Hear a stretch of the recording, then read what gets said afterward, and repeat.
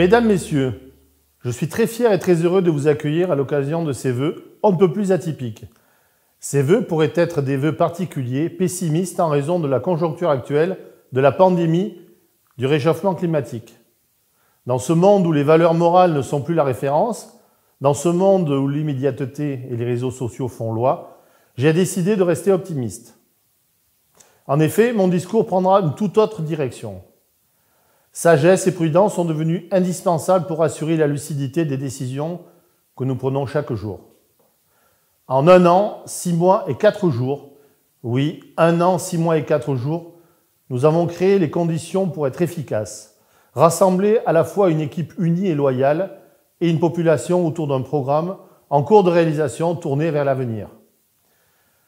Ce que nous avons promis avant l'élection, nous le réalisons maintenant.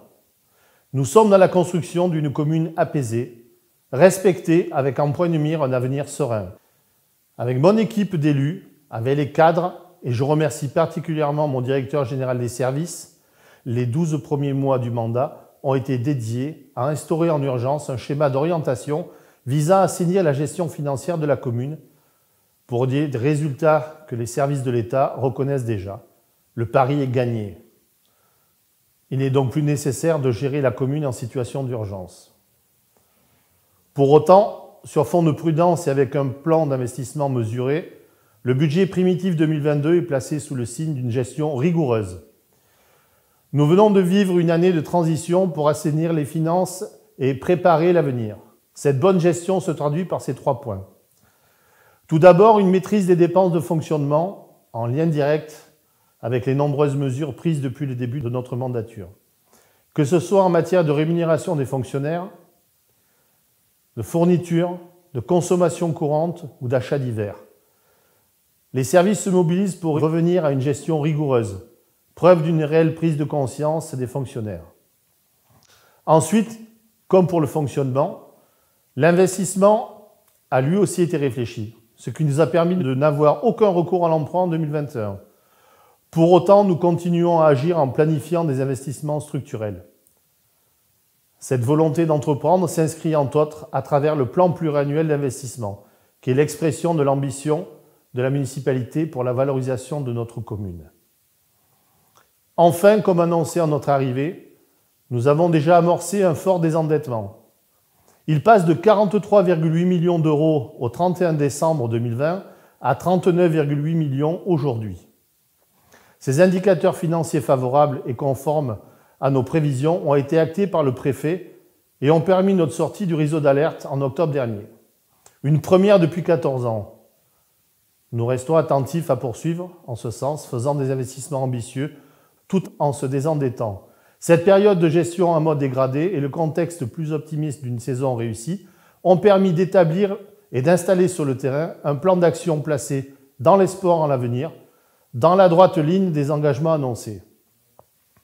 Mon équipe, mes collaborateurs, forts de valeurs partagées, travaillent chaque jour afin qu'à Roquebrune, les années se suivent et ne se ressemblent plus. Vous comprenez ce que je veux dire. Le développement local, au travers d'un développement territorial issu de la valeur paysagère de nos sites et de leur mise en cohérence, doit nous inciter à réfléchir à un mode économique respectueux des ressources, de la nature et des paysages. Il est nécessaire d'accompagner les activités contribuant à la qualité patrimoniale des territoires en favorisant les activités touristiques respectueuses de notre nature, tout en préservant notre terroir. De tendre vers un tourisme durable et décarboné, de préserver le cadre de vie avec un développement raisonné, de repenser la relation homme-nature. Notre économie, sans aucun doute trop enracinée avec le temps, doit se régénérer et trouver de nouveaux ancrages au travers d'une mixité touristique favorisant avant tout la remise en production du territoire. L'opération Grand Site de France est lancée. Il s'agit ainsi de démontrer que la mobilisation des acteurs locaux peut devenir un atout pour la protection et la valorisation des paysages, mais aussi que nos massifs peuvent devenir un atout essentiel pour la qualité de vie, la cohésion sociale, l'attractivité du territoire pour les résidents comme pour les entreprises, tout comme une économie touristique diversifiée, davantage orientée vers l'écotourisme. En qualité de vice-président d'Estérel Côte d'Azur Agglomération, en charge de la gestion et de l'aménagement des cours d'eau, et vice-président du syndicat mixte de l'argent, je me suis fait fort d'optimiser la synergie de travail entre les acteurs décisionnaires et les compétences techniques de l'agglomération et du SMA. Tant au niveau de l'alerte, des travaux d'urgence, que la gestion des dossiers administratifs. Des interventions essentielles ont été et seront à nouveau menées sur la Garonnette, au Verteil, au Béal, au Ressart sur l'Argent ou encore dans le cadre du PAPI, le programme d'action de prévention des inondations. Les affluents comme le Blavet, le ruisseau des Anguilles, le Grand Valat ne sont pas oubliés au travers d'une déclaration d'intérêt général, la DIG. La DIG est une procédure instituée par la loi sur l'eau qui permet à un maître d'ouvrage public d'entreprendre l'étude, l'exécution et l'exploitation de tous travaux présentant un caractère d'intérêt général ou d'urgence, visant notamment l'aménagement et la gestion de l'eau sur le cours d'eau, surtout en cas de carence des propriétaires. Prochainement, d'autres affluents de l'Argent vont être concernés. Il en va de la sécurité de la population et de l'économie de notre territoire. C'est notre devoir d'agir. Dans la continuité, nous menons une lutte active contre la cabanisation qui est malheureusement devenue une pratique courante. Ces dérives sont aujourd'hui sanctionnées avec le concours de la justice. La terre agricole doit retourner à celles et ceux qui la cultivent et non pas ceux qui la polluent. Parallèlement, le plan local d'urbanisme, véritable anguille de mer depuis plus de 20 ans, est en cours de finalisation. Il permettra enfin une cohérence urbanistique, une politique de logement réorientée et homogène. Tout ceci ne peut se faire sans l'appui des maires de la communauté d'agglomération, des élus du département et de la région proches du terrain, sans oublier le regard bienveillant et l'aide précieuse de notre sénatrice et de notre député, eux aussi proches de nous. Aujourd'hui, les nouveaux contours de Roquebrune se dessinent. L'agglo, le département, la région participent à cette co-construction avec comme ligne directrice le strict respect de notre environnement, de notre patrimoine, de la sécurité des habitants et du développement économique. Un développement notamment du centre ancien qui sera possible grâce au soutien de l'État dans le cadre du programme de Petites Villes de demain, dont la commune bénéficie. Des projets phares prennent corps, notamment la construction de groupes scolaires, la création d'une salle d'activité au Jade Calian, la refonte du front de mer aux Issambres ou encore l'aménagement du lac de l'Aréna, permettant à terme d'en faire le tour complet en toute sécurité. Ces premières mesures impulsent le plan d'action qui pilotera notre mandat, conformément à nos engagements. Ces 18 mois nous ont permis d'innover, d'apprendre, de rectifier nos erreurs, dans le seul but de nous perfectionner pour continuer à façonner, tous ensemble, étape par étape, un lendemain meilleur. Je profite du moment pour remercier celles et ceux, personnels soignants et administratifs, qui se sont mobilisés pour essayer de juguler la crise sanitaire et qui, chaque jour, font le maximum pour faire tourner un centre hospitalier malmené. Les personnels professionnels et volontaires du centre de secours de Roquebrune, qui, avec abnégation et courage, continuent les missions au péril de leur vie. Les personnels de gendarmerie aidés par notre indispensable police municipale, qui, sans relâche, veillent jour et nuit sur notre sécurité. Les personnels de la résidence autonomie du Jade Calian pour leur gentillesse et leur bienveillance envers les résidents. Les fonctionnaires territoriaux communaux et ceux de l'agglo qui participent chaque jour à la propreté de nos voiries, à l'éducation de nos enfants et à l'administration de notre commune. Je remercie sincèrement mes camarades élus pour leur loyauté et leur investissement journalier. Je vous laisse maintenant regarder avec attention le magnifique film réalisé par le service communication. Vivre à Roquebrune est et restera une chance inestimable. Au nom de toute mon équipe, je vous souhaite à toutes et à tous une très bonne année 2022. Prenez soin de vous et de vos proches. Au plaisir de vous rencontrer. Vive Roquebrune, vive la République et vive la France.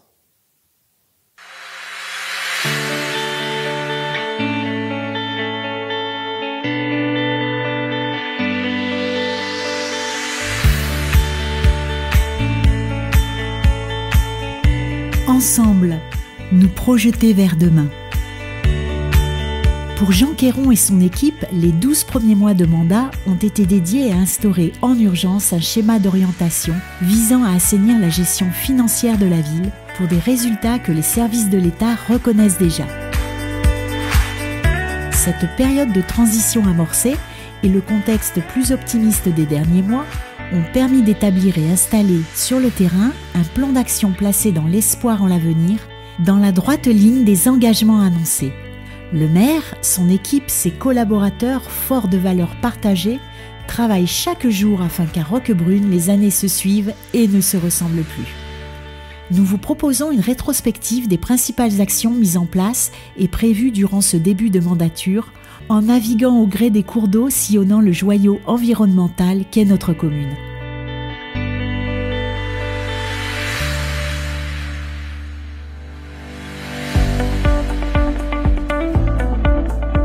L'aménagement de l'espace au bénéfice de l'homme passe partout et toujours par la maîtrise de l'eau, notamment dans notre région méditerranéenne, au climat capricieux et excessif, et tout particulièrement à Roquebrune, située à proximité de l'embouchure du fleuve. À tout seigneur, tout honneur, le fleuve Argence a toujours joué un rôle essentiel dans l'évolution de la ville au cours des siècles, propice au développement de l'agriculture et de toutes les activités professionnelles en découlant. Le maire, en qualité de vice-président d'Estérel Côte d'Azur Agglomération, en charge de la gestion et de l'aménagement des cours d'eau, et vice-président du syndicat mixte de l'Argence, s'est fait fort d'optimiser la synergie de travail entre les acteurs décisionnaires et les compétences techniques de l'agglomération et du SMA, tant au niveau de l'alerte que de la gestion des dossiers administratifs. Des actions essentielles du programme d'action de prévention des inondations ont été et vont être réalisées afin de limiter les risques. Suppression du seuil du moulin des Iscles, arasement ou abaissement des seuils du Béal et du Verteil, confortement des berges, nettoyage régulier des cours d'eau, de l'Argence, du lac de l'Aréna ou de la Garonnette. Il en va de la sécurité de la population et l'économie de notre territoire. Il n'y a pas de prévention efficace dans la demi-mesure.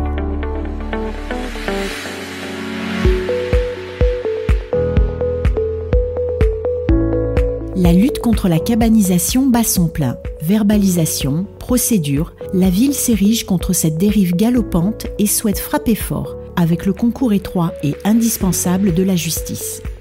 Parallèlement, le plan local d'urbanisme, attendu depuis 20 ans, est immédiatement porté par la nouvelle municipalité, à pied d'œuvre afin de le finaliser en mars prochain.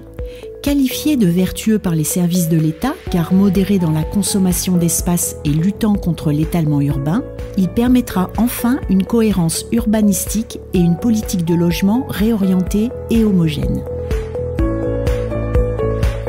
En octobre dernier, la ville s'est vue signifier par le préfet sa sortie du réseau d'alerte, par la nette amélioration de sa situation financière, une première depuis 14 ans.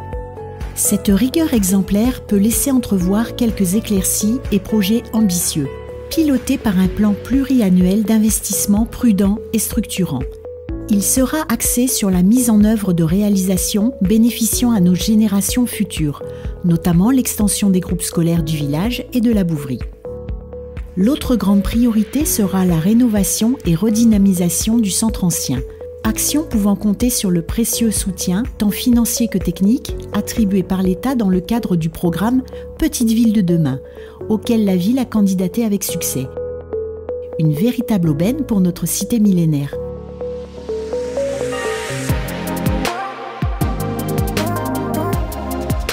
Roquebrune, de par son patrimoine naturel et historique exceptionnel, doit tenir une place de choix au sein de notre agglomération. Ainsi, la ville s'évertue à étendre et valoriser ses atouts incontournables pour le patrimoine et le tourisme est-varois. La Maison de la Préhistoire, inaugurée en juillet dernier à la Bouverie, présente de manière historique et ludique l'existence de notre ancêtre Homo bouvérien et retrace 30 000 ans de périodes significatives de notre histoire humaine. Non loin, les grottes de la Bouverie, site originel de ces mêmes fouilles, récemment aménagées et facilitées d'accès, intégreront une boucle touristique mettant en lumière le riche terroir bouvérien. Les Issambres verront la grande partie de leur promenade littorale requalifiée à la manière de la portion actuelle de Sampère, projet financé par l'agglomération. Du côté de notre majestueux rocher, toutes les conventions sont passées afin de répertorier et baliser ces sentiers. Son accès routier a été sécurisé, son appartenance au réseau des grands sites de France sonne comme une évidence, tant leurs valeurs sont communes. Un respect de l'esprit des lieux pérennisé par un accueil pédagogique structuré et une fréquentation maîtrisée et raisonnée. Il est de notre devoir de repenser la relation homme-nature. Cette démarche partenariale associant l'État, les collectivités locales et les acteurs du site se traduira par des interventions concrètes comme la réhabilitation de zones dégradées, mais encore l'amélioration ou la création d'équipements d'accueil. Devenons les premiers ambassadeurs de notre patrimoine.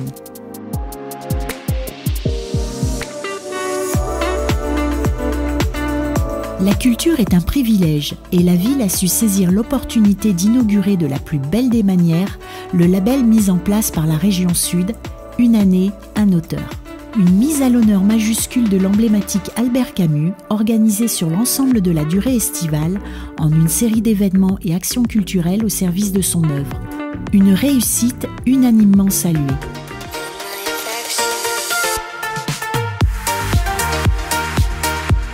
Longtemps incertaine, la saison événementielle, savamment esquissée, retour du Festival de la BD oblige, a brillamment tiré son épingle du jeu, proposant concerts, spectacles et animations de qualité sur chaque cœur de vie des quartiers. Afin de renouer avec les traditions passées tout en impliquant la population roquebrunoise dans l'élaboration et l'organisation, sur le terrain des futures programmations événementielles, un comité des fêtes vient d'être constitué. Il rassemble dans la bonne humeur des bénévoles de tous les quartiers de notre cité, une impulsion culturelle supplémentaire qui satisfera à n'en point douter nombre de roquebrunois et touristes de toute provenance.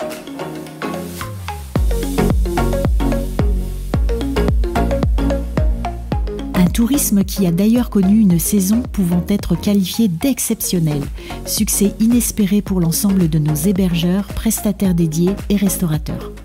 Le Var et son million d'habitants se hissent en tête des départements touristiques français. Et la nouvelle tendance vacances évolue vers un retour aux choses simples, l'or vert que constitue le massif des Maures et la Méditerranée en toile de fond. Afin de parfaitement répondre à cette orientation stratégique, la municipalité s'attache à mettre en œuvre un développement touristique durable, authentique et dépaysant, déclinable tout au long de l'année. Aspirer à l'obtention du label national Vignoble et Découverte est la parfaite illustration de ce tourisme de proximité et de terroir. Serein, environnemental et décarboné, tout comme la mise en place durant la saison d'une navette gratuite et écologique permettant de rallier et visiter le village en stationnant à l'extérieur ou le projet de création d'itinéraires cyclables proposant une alternative aux tout-voitures.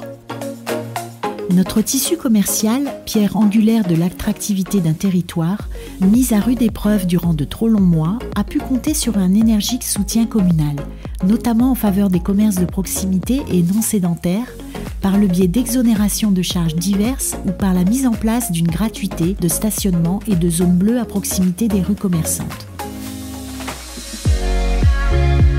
Le vivre ensemble passe par le développement d'une politique de démocratie participative. C'est le cas depuis cet automne et la mise en place de conseils de quartier, ouverts au public, délimitant la commune en 8 zones au sein duquel siégeront élus, représentants d'associations, habitants élus par leurs pairs et même habitants tirés au sort, soit la véritable définition de la vie démocratique. Sujet ô combien primordial, un profond travail pédagogique est mené autour de la préservation environnementale et la lutte contre les incivilités. Étant parfois dans la nature humaine et chez certains de nos concitoyens, de penser sagement et d'agir de façon absurde, la ville, au moyen d'une brigade environnement renforcée et de tous les moyens techniques en sa possession, s'est résolue à sanctionner fermement tout acte délictueux établi à l'encontre des règles élémentaires de vie sociétale. Tous les efforts municipaux récents concernant la gestion des déchets ménagers, notamment sur les tonnages de déchets valorisés et recyclés, sont sabotés par ce fléau écologique et financier. Bon gré mal gré, cette intransigeance municipale ralliera ces trop nombreux retardataires à la prise de conscience générale, sinon à de nouveaux automatismes. Sensibiliser les citoyens et fédérer tous les acteurs pour prendre soin de notre joyau environnemental passe par des actions concrètes et unies afin d'éco-éduquer nos plus jeunes. Ils pourront demain, en famille, découvrir et profiter des richesses de la faune et de la flore sur les sentiers nouvellement aménagés, permettant d'effectuer le tour complet du lac de l'Aréna, destiné à la marche comme au vélo sur des voies distinctes. Des aires de jeux nautiques et d'activités d'aventure de plein air viendront agrémenter ce site reposant, agréable et propice à la promenade. C'est à l'unique avantage de notre jeunesse que nous dessinerons le territoire de demain. Vivre à Roquebrune est et restera une chance inestimable. Notre jeunesse encore, vers qui nous portons toute notre attention, peut dorénavant s'appuyer sur un projet éducatif de territoire élaboré en début de mandature. Il définit, au travers d'orientations éducatives, l'engagement de l'équipe municipale, ses priorités, ses principes, ses fonctionnements et ses valeurs, permettant ainsi à l'enfant à s'ouvrir sur le monde dans le respect du vivre ensemble et du sens citoyen. Nombreux sont les nouveaux défis à relever pour notre tissu associatif, humain, organisationnel, logistique. Son rôle essentiel de dernier rempart à l'isolement est plus que jamais primordial à notre société. Nous continuerons à les soutenir en travaillant dans une logique de partenariat afin que chacun puisse trouver une orientation individuelle dans le respect de l'intérêt de tous. La sécurité des biens et des personnes mérite plus que jamais une attention toute particulière. Les 27 policiers municipaux, soit un policier pour 528 habitants, désormais géolocalisés, sont focalisés sur l'opérationnel et quadrillent la ville sur les 3 quartiers simultanés, 24 heures sur 24 et 365 jours par an, en collaboration permanente avec les forces de gendarmerie nationale. Afin de prévenir et se tenir prêt face à tout cas de force majeure, la réactualisation de notre plan de sauvegarde a permis de perfectionner la coordination avec les partenaires institutionnels comme les forces vives communales, que sont principalement nos CCFF et la réserve communale de sécurité civile, réactivée et opérationnelle depuis cette année. L'action sociale et solidaire doit être facilitée. Notre CCAS poursuit l'analyse de nos besoins sociaux. Nos axes d'action prioritaires actuels visent l'accès aux soins et les familles monoparentales. De même, nos moins de 25 ans qui vont pouvoir disposer d'une maison des services et de la jeunesse, ainsi que d'une maison des jeunes sur chaque quartier, afin de pouvoir trouver, à la demande, écoute, conseil et suivi. Nos plus anciens ne sont pas en reste et la qualité de vie louée par les résidents du Jade-Calian eux-mêmes, qui pourront bientôt bénéficier d'une salle d'activité flambant neuve, est à nos yeux la plus belle des récompenses.